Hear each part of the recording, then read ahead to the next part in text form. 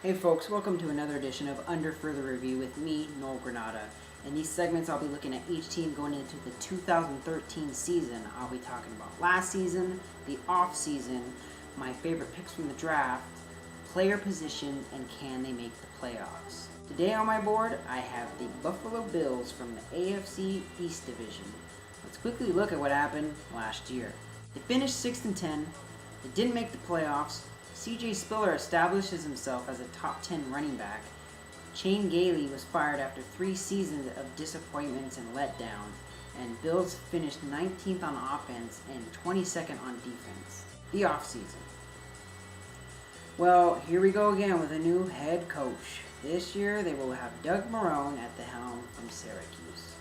Now, Marrone says he's bringing in an up-tempo shotgun offense, so when draft day came around, they went and grabbed E.J. Manuel from Florida State to set the pace of QB competition. They also added Kevin Kolb from Arizona in the mix.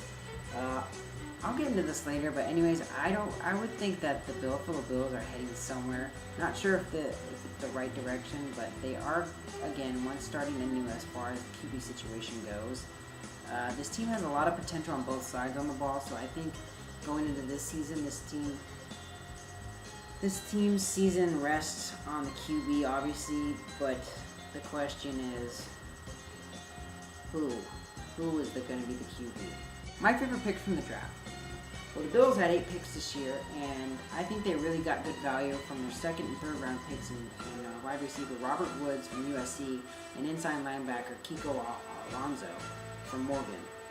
Woods was a very, very effective wideout at USC as I watched him play all year. He just finds the end zone a lot and a very quick guy. My favorite thing about Woods is his ability to make people miss, so I see him finding a starting role to help out Manuel. Alonso was a solid in both the pass and rush defense, so I think he can be very productive and solid if he gets a chance to start a job this year.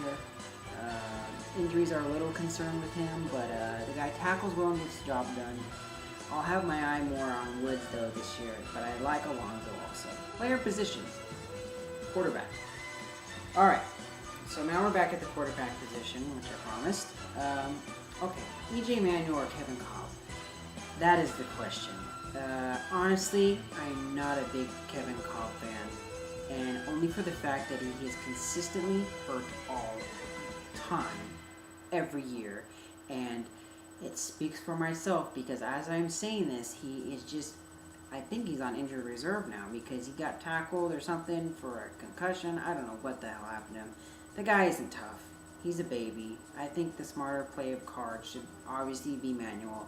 He's a little dinged up too, but they drafted him because he has the arm strength to push the ball forward in this gusty outdoor stadium they play in Buffalo. So, and also that he has a very, very good athleticism and has a lot of upside to him. So I just to save heartache, just get rid of Kolb. You should have done that in the first place. I don't know what they were thinking. I don't know what Buffalo was thinking at all. But, start E.J. Manuel, get him going. Whether he's terrible or great, just get your draft guy in there and start playing. Running backs. C.J. Spiller was flat out. Running backs. C.J. Spiller was flat out.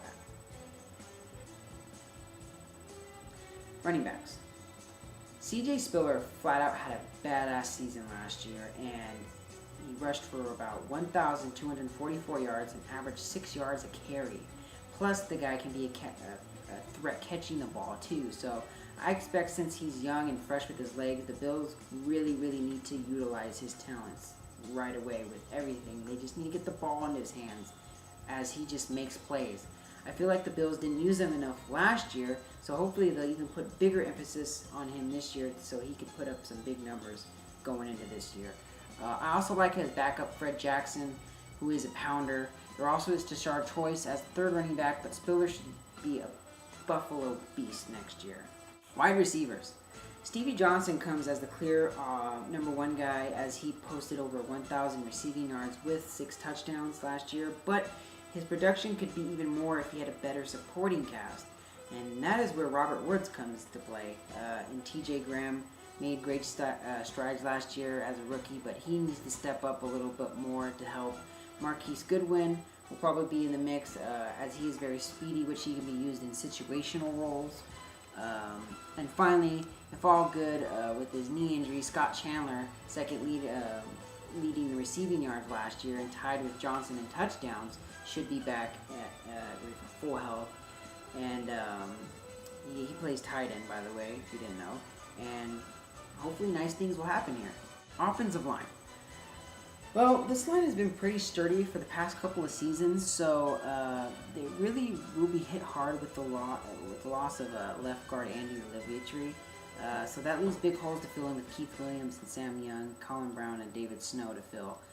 This will be somewhat a different line, but they still get solid play out of center Eric Wood, left tackle Cordy Glenn, and Craig Urbrick.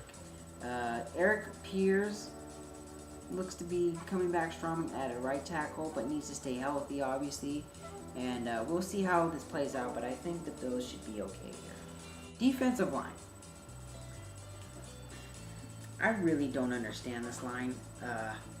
They have these quality players, but they finished ranked 31st in rushing defense. What the hell happened here?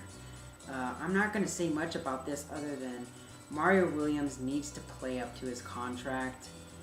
Kyle Williams needs to stay healthy. And the penetrator, Marcel Dearest, needs to be having a big year also. If these guys don't get it done this year, expect an overhaul because this is just shameful. Linebackers.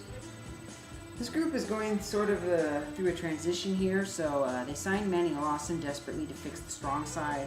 I think they can help with the pass rush and production. Nigel Bradham will work with the weak side going into his sophomore year, and rookie Kiko Alonso will probably start at middle linebacker.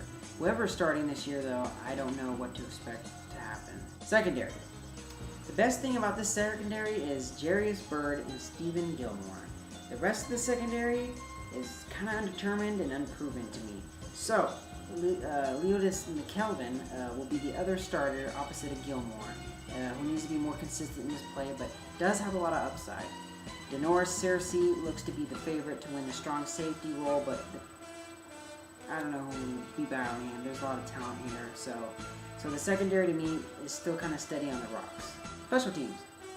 Well, there's a kicking competition this training camp between rookie Dustin Hopkins and veteran kicker Ryan Lindell. Who wins? I don't know, but I'll keep you posted. I still don't know. I guess they just cut the rosters. I haven't really looked, honestly. But punter Sean Powell looks to build on his rookie year. Kevin McClellan, I'm not saying his name right. McKelvin led the NFL in punt averages with 18.7, so him and Brad Smith should be the returners this year. Can they make the playoffs? I'm going to say an obvious no, and here's why. First, I have no idea what to expect from E.J. Manuel other than the footage I've seen in his college. So, Manuel is a little bit banged up too, so, yeah. But I'm hoping he's going to be the starter. There is another guy, Tour Tessel or whatever. I don't know if he might start, but they really need to get E.J. Manuel in order to be ready by week 1. And I'm not sold on that defensive line at all. And the money they spent on that free agency with Mario Williams and Mark Anderson, just a disaster at this point. They need to really step it up this year for them. At the same time, this offense looks pretty promising, especially with the big playmakers C.J. Spiller and Stevie Johnson. Remember, they want to run an up-tempo offense, so Manuel will be crucial to stay healthy. The good thing, though, is that this team isn't too far off the map and is starting to find some daylight here.